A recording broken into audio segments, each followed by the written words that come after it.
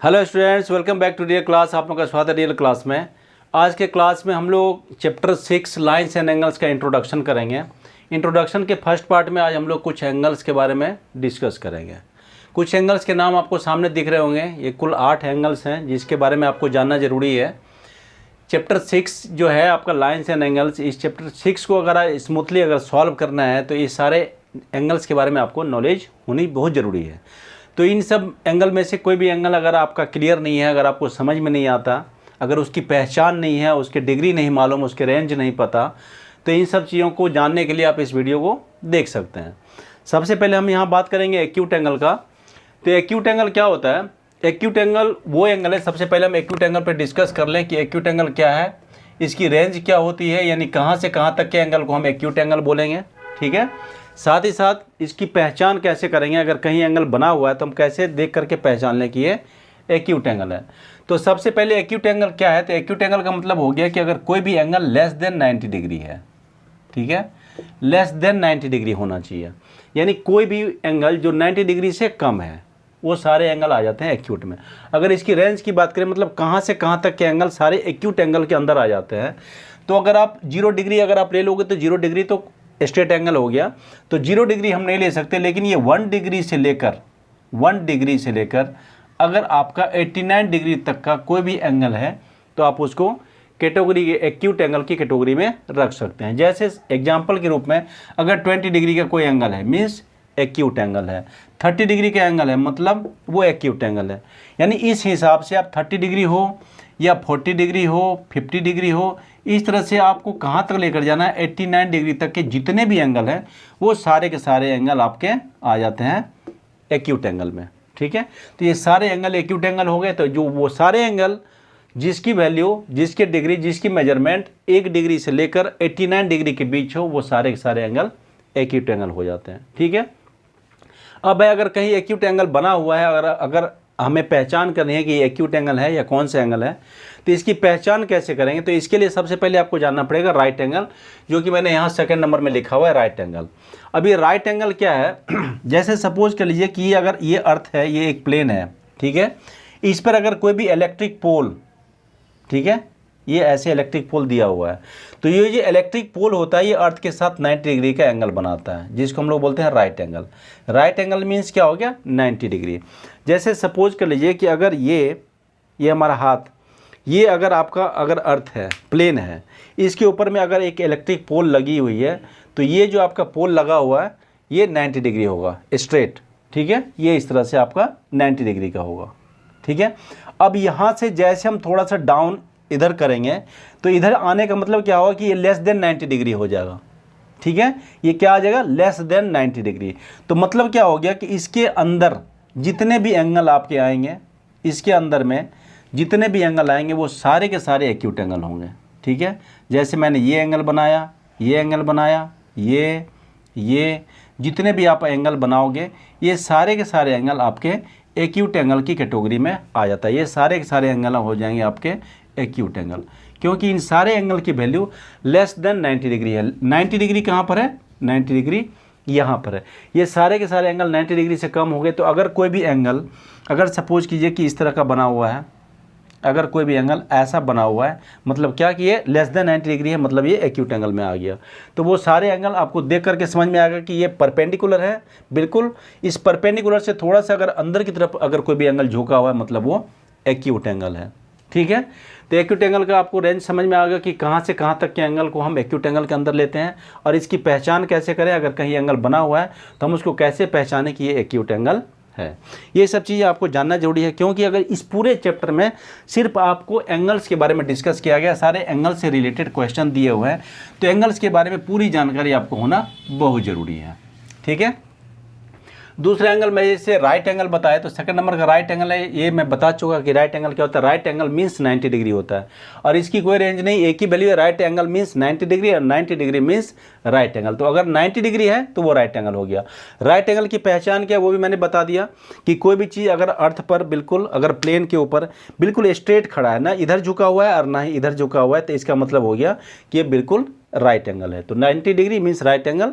तो right angle भी आपको समझ में आ गया। थर्ड नंबर में आपका ऑब्ट्यूस एंगल है। इस ऑब्ट्यूस एंगल को आप समझ लिए कि ऑब्ट्यूस एंगल क्या होता है। ये है आपका ऑब्ट्यूस एंगल, ठीक है। अब ऑब्ट्यूस एंगल क्या है, तो ऑब्ट्यूस एंगल मतलब हो गया कि ऑब्ट्यूस एंगल को कहाँ से ज़्यादा होना चाहिए, 90 डिग्री से ज़्यादा होना चाहिए। तो ये ग्रेटर देन 90 डिग्री होगा, ठीक है। ऑब्ट्यूस एंगल जो है वो ग्रेटर देन 90 डिग्री होगा। साथ ही साथ आपका जो ऑब्ट्यूस एंगल है, इस ऑब्ट्यूस एंगल को 180 डिग्री से छोटा होना चाहिए, यानी 180 डिग्री से कम होना चाहिए। इसका मतलब क्या हुआ, यहाँ पर मैंने दो चीज़ लिखा, obtuse means less greater than 90 degree and obtuse means less than 180 degree.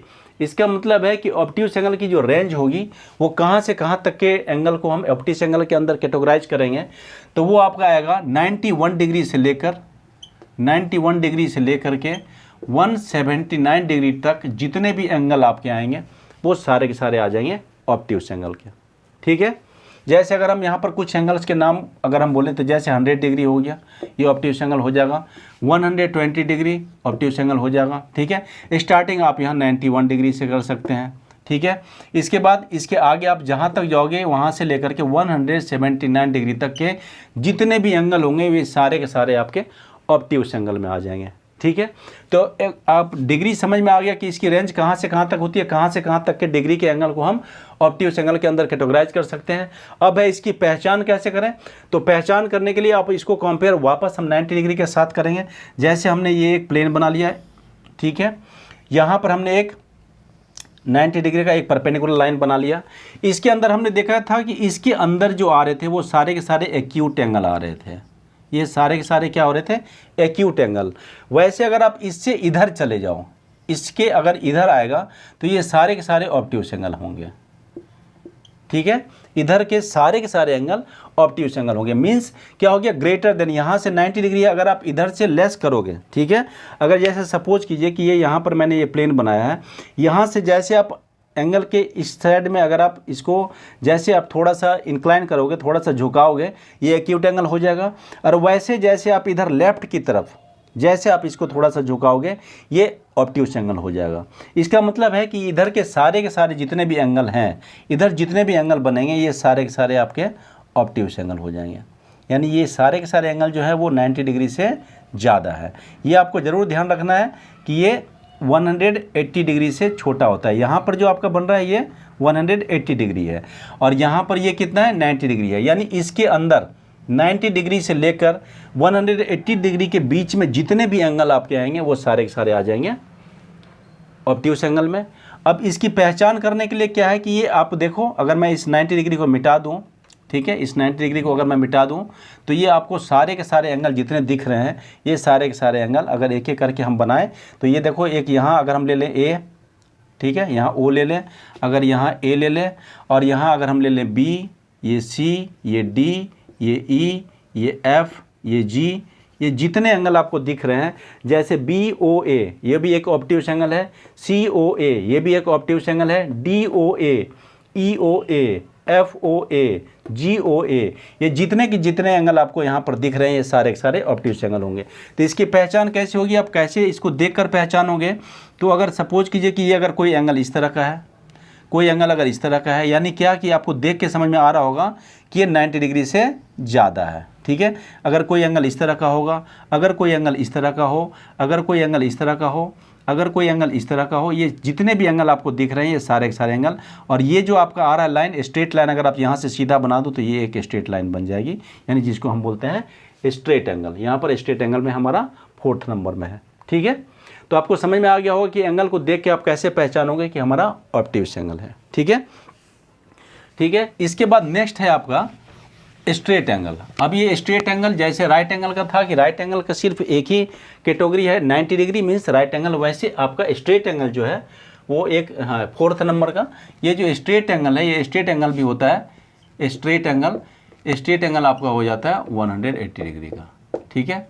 ये भी आपका ज़्यादा नहीं है, मतलब ज़्यादा इसके रेंज नहीं है, सिर्फ एक ही वैल्यू है, स्ट्रेट एंगल मीन्स 180 डिग्री।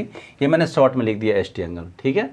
इसके बाद आपका सबसे महत्वपूर्ण आपको जानना है वो है रिफ्लेक्स एंगल, इसको आप बढ़िया से जान लो कि ये रिफ्लेक्स एंगल क्या है, क्योंकि इससे रिलेटेड बहुत सारे क्वेश्चन आपके दिए हुए हैं एक्सरसाइज में। तो जैसे 5th नंबर में हमारा रिफ्लेक्स एंगल है, तो ये रिफ्लेक्स एंगल क्या होता है, ये इसको आप बढ़िया समझ लो रिफ्लेक्स एंगल क्या है। इस रिफ्लेक्स एंगल की जो रेंज होती है वो आपका 180 डिग्री से ज़्यादा होना चाहिए। यानी क्या, रिफ्लेक्स एंगल की वैल्यू 180 डिग्री से ज़्यादा होता है, यानी मोर देन 180 डिग्री। साथ ही साथ आपका लेस देन होना चाहिए 360 डिग्री, यानी वो सारे एंगल जो 180 डिग्री से ज़्यादा हो और 360 डिग्री से कम हो। ठीक है, इसका मतलब इसका रेंज हो गया 181 डिग्री से लेकर 359 डिग्री तक के जितने भी एंगल होंगे ये सारे सारे रिफ्लेक्स एंगल में आ जाएंगे। ठीक है, सबसे पहली बात तो ये है। अब इसकी हम पहचान कैसे करें, कैसे समझें कि ये रिफ्लेक्स एंगल है। साथ ही साथ मैं आपको ये भी बताऊंगा कि रिफ्लेक्स एंगल को फाइंड कैसे करें, कि इस एंगल को कैसे रिप्रेजेंट किया था, रिफ्लेक्स एंगल को कैसे लिखा हुआ रहता है, ये भी मैं बता देता हूँ आपको। जैसे सपोज कीजिए कि यहाँ पर एक एंगल हमारा दिया हुआ है, ये हमने एक एंगल बनाया, ये ए है, ये बी है और ये सी है। ये हमने बना दिया यहाँ पर 70 डिग्री या 60 डिग्री का मैंने एंगल ले लिया। ठीक है, इस एंगल की वैल्यू क्या हो जाएगी, सी ए बी जो अगर आपका हो जाएगा तो एंगल सी ए बी कितना हो जाएगा, एंगल सी ए बी की वैल्यू हो गई यहाँ पर 60 डिग्री। ठीक है, अब ये जो आपका एंगल दिख रहा है ये तो सी ए बी की वैल्यू है। इसके बाहर जितने भी एंगल आपको दिख रहे हैं, यानी यहाँ से लेकर ये पूरा ये जो आपका दिख रहा है ये रिफ्लेक्स एंगल कहलाएगा, इसी को रिफ्लेक्स एंगल बोला जाता है। इसको लिखते कैसे हैं, तो ऐसे लिखेंगे रिफ्लेक्स एंगल ये ए है सी ए बी, ये रिफ्लेक्स। अब ये रिफ्लेक्स एंगल को निकालेंगे कैसे, तो रिफ्लेक्स एंगल को निकालने के लिए सिंपली आपको जो एंगल अंदर दिया हुआ है, यानी जो एंगल की वैल्यू दी हुई है उसके अगर रिफ्लेक्स निकालना है, यानी हमें रिफ्लेक्स किसके निकालना है, यहाँ सी ए बी हमारा 60 डिग्री है, हमें निकालना है रिफ्लेक्स सी ए बी। तो रिफ्लेक्स सी ए बी निकालने के लिए जस्ट आपको 360 डिग्री में से जो एंगल सी ए बी है, इस एंगल सी ए बी को हम सब्ट्रैक्ट कर देंगे। ठीक है, मीन्स यहाँ पर अगर आपको रिफ्लेक्स सी ए बी निकालना है, 360 ऑलरेडी यहाँ पर है, माइनस सी ए बी का वैल्यू कितना है 60 डिग्री, इस 60 डिग्री को सब्ट्रैक्ट करोगे आपका ये 300 जो आया, ये 300 आ गया रिफ्लेक्स सी ए बी। ठीक है, तो रिफ्लेक्स एंगल को निकालने का ये तरीका है कि हम कैसे रिफ्लेक्स एंगल किसी का निकालेंगे। इसको अगर आप देखो तो ये इसी के अंदर आएगा, 181 डिग्री से लेकर के 359 डिग्री के बीच में आएगा। तो रिफ्लेक्स एंगल की वैल्यू कभी भी 180 डिग्री से कम नहीं होती और 360 से ज़्यादा नहीं होती। ठीक है, तो ये तो आपको डिग्री में पहचान है कि इसकी कहाँ से कहाँ तक इसके डिग्री जाते हैं। साथ साथ इसको अगर फाइंड करना है तो कैसे फाइंड करेंगे वो हमने यहाँ निकाल दिया।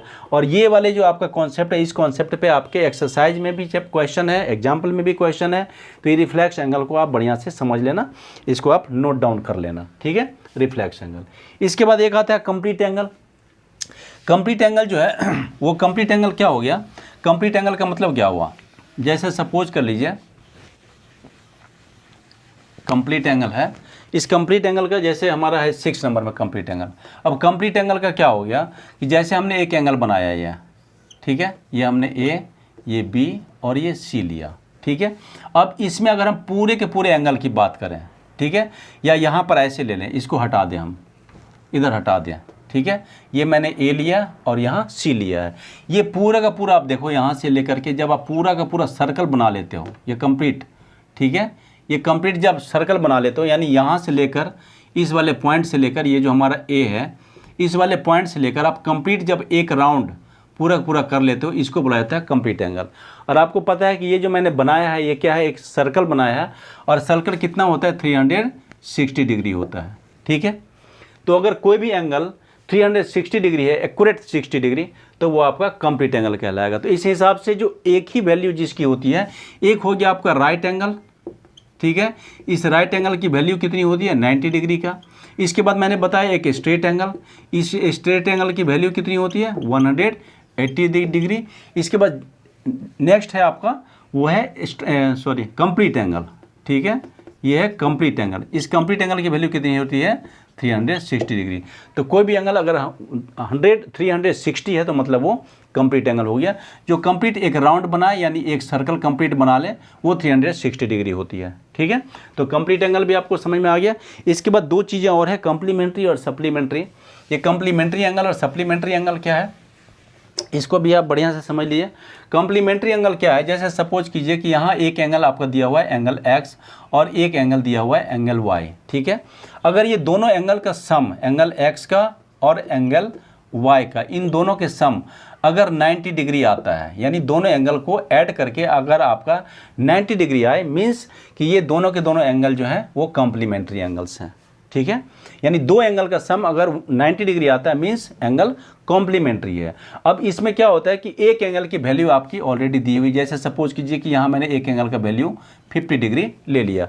इसमें आपको एंगल वाई का वैल्यू निकालना है और साथ ही साथ आपको ये दिया हुआ है कि एंगल एक्स और एंगल वाई एक कॉम्प्लीमेंट्री एंगल है। तो इसमें क्या करेंगे, हम एक्स के जगह पर यहाँ पर 50 डिग्री रखेंगे प्लस यहाँ एंगल वाई, ये इधर 90 डिग्री। एंगल वाई जब आपको निकालना है तो एंगल वाई निकालने के लिए 90 में से 50 को सब्ट्रैक्ट करेंगे और एंगल वाई आपका यहाँ पर 40 डिग्री निकल गया, ठीक है। तो अगर दोनों एंगल कॉम्प्लीमेंट्री है मीन्स दोनों का सम 90 डिग्री है, इसमें से अगर कोई एक एंगल दिया हुआ है तो दूसरा एंगल आप 90 में से उसको सब्ट्रैक्ट करके अब दूसरा उसके कॉम्प्लीमेंट्री को निकाल सकते हैं। यानी यहाँ पर अगर आप देखो तो एंगल एक्स आया है हमारा 50 डिग्री और एंगल आया है 40 डिग्री। इन दोनों को अगर आप ऐड करोगे तो हमारा 90 डिग्री आएगा, मीन्स एक्स और वाई दोनों कॉम्प्लीमेंट है। उसी तरह से same to same supplementary angle भी सेम लॉजिक है, सेम कंसेप्ट है, किसी में इसमें कोई चेंजिंग नहीं है। बस आपको जो यहाँ पर 90 डिग्री दिया हुआ इस 90 डिग्री के जगह पर आ जाता है 180 डिग्री, ठीक है। सेम टू सेम कॉन्सेप्ट इसका सेम है, कोई चेंजिंग नहीं है। बस कॉम्प्लीमेंट्री एंगल में दो एंगल का सम 90 डिग्री होता है तो उसको हम कॉम्प्लीमेंट्री बोलते हैं। वैसे अगर दो एंगल का सम 180 डिग्री हो जाए मीन्स आपका सप्लीमेंट्री है। जैसे मैंने यहाँ पर कॉम्प्लीमेंट्री का बताया 7 नंबर में आपका सप्लीमेंट्री एंगल है, ठीक है। तो सप्लीमेंट्री एंगल में अगर angle x plus angle y इन दोनों को ऐड करके अगर 180 डिग्री आता है तो इनको हम बोलते हैं सप्लीमेंट्री एंगल, ठीक है। अब सप्लीमेंट्री एंगल में से एक एंगल अगर आपका दिया हुआ है तो दूसरा एंगल हम बिल्कुल वैसे ही निकालेंगे जैसे हमने यहाँ पर निकाल कर दिखाया है। तो ये छोटा छोटा है आपका जो कुछ एंगल्स हैं, जिस एंगल के बारे में आपको, आपका चैप्टर का नाम है लाइन्स एंड एंगल्स। अब लाइन्स एंड एंगल्स है तो आपको एंगल्स के बारे में पूरी जानकारी होनी चाहिए। ये इंट्रोडक्शन के फर्स्ट पार्ट में मैंने टोटल एंगल के बारे में बता दिया है। अब इसका सेकंड पार्ट जो मैं बनाऊंगा उसमें आपको एंगल्स के रिलेशन आपको जानना बहुत ज़रूरी है। कई सारे एंगल्स हैं, जैसे कॉरेस्पॉन्डिंग एंगल्स है, अल्टरनेट इंटीरियर एंगल्स है, अल्टरनेट एक्सटीरियर एंगल्स है, इसके बाद कंजिक्यूटिव इंटीरियर एंगल्स है, वर्टिकल अपोजिट एंगल्स हैं। इन सारे एंगल्स के रिलेशन मैं आपको बताऊंगा जिसकी आपको बहुत ज़्यादा इस एक्सरसाइज में ज़रूरत पड़ने वाली है। वो कॉन्सेप्ट अगर आपका क्लियर नहीं है तो आपका ये एक्सरसाइज बिल्कुल भी बनने वाला, ये चैप्टर बिल्कुल भी ना तो समझ में आएगा और ना ही आपसे एक भी एक्सरसाइज के क्वेश्चन बनेंगे। तो एंगल के रिलेशन को जानना बहुत ज़रूरी है। इस इंट्रोडक्शन का पार्ट 1 के बाद पार्ट 2 में जब बनाऊंगा तो उस पूरे कॉन्सेप्ट को उसको क्लियर करूँगा। ये सब जितने भी एंगल यहाँ पर मैंने लिखे थे, उम्मीद है ये सारे एंगल के बारे में आपको समझ में आ गई होगी। समझ में आ गया होगा तो अपने दोस्तों के साथ शेयर ज़रूर करें और पहली बार अगर हमारे चैनल पर आएँ तो सब्सक्राइब ज़रूर करें। Okay, thank you.